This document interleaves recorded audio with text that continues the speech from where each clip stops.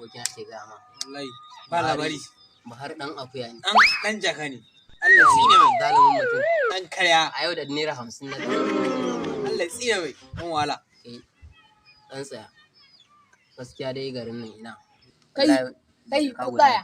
A tsakaninku wani an min sata kuɗi. Sata?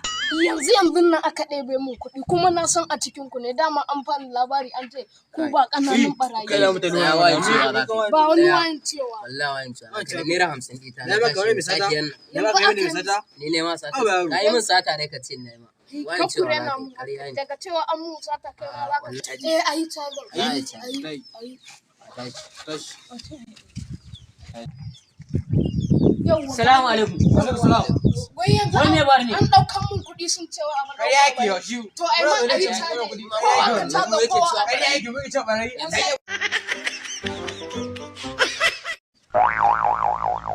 Kai? To ai kai ga kuɗin a jikinsa.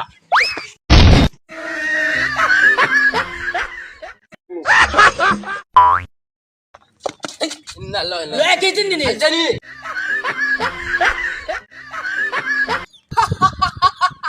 Dan girman Allah ka ga guri.